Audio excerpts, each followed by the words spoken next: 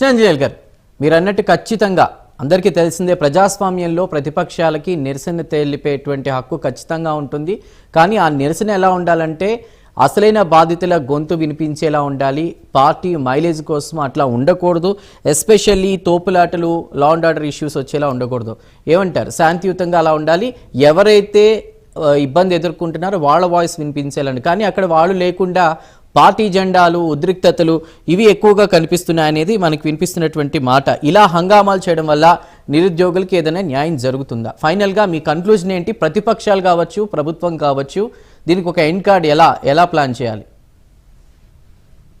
ఇక్కడ ఒక అంశం అండి, బాధితులు లేకుండా ప్రతిపక్ష పార్టీలు లేక ప్రజాస్వామికవాదులు, ఇతర సంస్థలు లేదా కమ్యూనిస్టులు లేక ఇంకొకళ్ళు వాళ్ళ తరపున ధర్నాలు చేయకూడదా? నిరసనలు తెలియజేయకూడదా?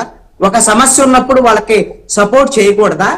ఇందాక చిన్నపరెడ్డి గారు ఒక తెలుగుదేశం కండపా వేసుకొని డిఎస్సికి సంబంధించినటువంటి అభ్యర్థి నిరసన వ్యక్తం చేశారని ఒక ఆధారం చూపించాడు కదా.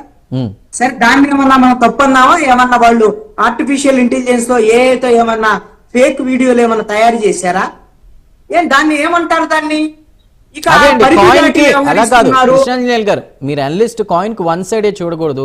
ఇందాక అదే మోజిన్ గారు ఇంకో వీడియో చూపించే ప్రయత్నం కూడా చేశారు, మనం అది చూడలేదు.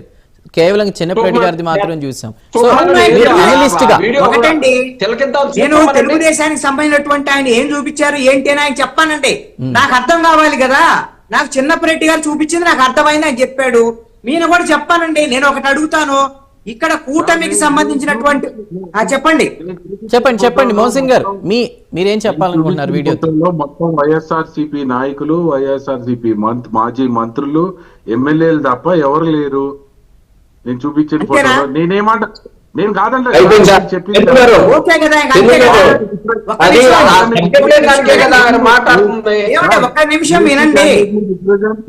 ఒక్క నిమిషం సార్, క్లారిటీ తీసుకోండి. డిఎస్సి క్యాండిడేట్స్ మీరు ఒక క్లారిఫికేషన్ ఇచ్చారు కదా. కానీ మీరు చేస్తున్న యొక్క విధానం తప్పని చెప్తా ఉన్నాం. రిప్రజెంట్ చేయొద్దని చెప్పట్లా, మేము ఖచ్చితంగా చేయాల్సిందే. అంశం మీ వాదన వినమన్నారు కాబట్టి చెప్తున్నాను. మోసిన్ అహ్మద్ గారు చెప్తున్నది ఏంటి? మంత్రులు లేదా మాజీ మంత్రులు లేదా వైఎస్ఆర్ కాంగ్రెస్ పార్టీ వాళ్ళు కార్యకర్తలు తప్ప ఎక్కడ ఎవరు కార్యకర్త వాళ్ళ బాధితులు లేరు, జంజీ లేరు అని చెప్తున్నారండి. వాళ్ళు వైఎస్ఆర్ కాంగ్రెస్ పార్టీ వాళ్ళు ఈ విధంగా డిఎస్సి వాళ్ళకి ఇంకోటి కూడా ఇందాక ఆయన ఒక ఎగ్జాంపుల్ ఇస్తూ 30 మంది కోసం ఎగ్జామ్ పెడితే 100 మంది రాస్తే 30 మందికి సంబంధించి అయిపోయిన తర్వాత 70 మంది నిరసన వ్యక్తం చేస్తున్నారేమో అన్నట్టుగా కూడా ఒకటి ఇష్యూ ఆయన మాట్లాడడం జరిగింది. దానికి కూడా ఏమంటారు? అంటే ఈ ఉద్యమంలో ఉన్నది క్లారిటీ ఇచ్చిన తర్వాత కూడా కొన్ని పార్టీలు కావాలనే కొంతమందితో ఈ కావాలని బురద జల్లే ప్రయత్నంగా చేస్తున్నాయి తప్ప వేరే ఏం లేదన్నట్టుగా కూడా వారి వాదన ఉంది. దానికి ఏమంటారు? అది కూడా చెప్తాను. అందుకని ఇప్పుడు ముందు వైఎస్ఆర్ కాంగ్రెస్ పార్టీ ఎందుకు చేస్తుంటే కమ్యూనిస్టులు కూడా చేస్తున్నారు. ఎవరైనా చెయ్యొచ్చు, నిరసనలు ఎవరైనా చేయొచ్చు. దాకా నేను ఒక ఉదాహరణ చెప్పాను. మీరు ఎవరైతే నీట్ పరీక్ష పేపర్ లీకేజీకి వ్యతిరేకంగా పరీక్ష రాసినటువంటి విద్యార్థులు మాత్రమే కాదు చేసింది, వాళ్లకు మద్దతు ఇచ్చినటువంటి అనేకమైనటువంటి నిరుద్యోగులు, ఇతర ఉద్యోగాలు చేసేవాళ్ళు, ఐటీ ఎంప్లాయీస్ అందరూ వచ్చి మద్దతు తెలియజేశారు. తప్పేం కాదు, వాళ్లే చేయాలని రూల్ లేదు. చాలా మంది మీరు నీట్ పరీక్ష లీకేజీ వల్ల చనిపోయారు పిల్లలు, వాళ్ళ తల్లిదండ్రులు కూడా కొంతమంది ఆ నిరసనకి రాలేదు. రానంత మాత్రాన వాళ్లే రావాలి, వాళ్ళు వచ్చి చేయాలి తప్ప ఎవరు అభిజిత్ దీప్కి ఎవరు, సోనం వాంగ్చుక్ ఎవరు అని అడిగితే వాళ్ళు ప్రజాస్వామికవాదులుగా నిరసన తెలియజేశారు. ఇప్పుడు బిఎస్సీ అభ్యర్థుల తరఫున ఒక పార్టీనో లేదా కమ్యూనిస్ట్ పార్టీలో లేదా ప్రజాస్వామికవాదులో నిరసన చేస్తే తప్పేంటి?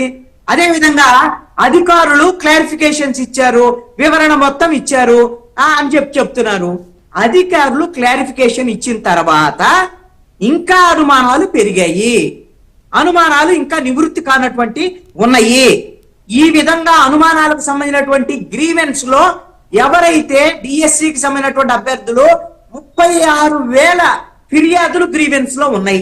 వాళ్ళందరికీ మేము 1-to-1 మీకు చెప్తాము అనేటువంటి దానికన్నా నేనేమంటాను అంటే, నేరుగా వచ్చేసి విద్యాశాఖ మంత్రి నారా లోకేష్ ఒక ప్రెస్ కాన్ఫరెన్స్ పెట్టేసి ఏవైతే ఉన్నాయో మొత్తం క్లారిఫికేషన్స్ అన్ని విద్యాశాఖ మంత్రి చెప్పానండి.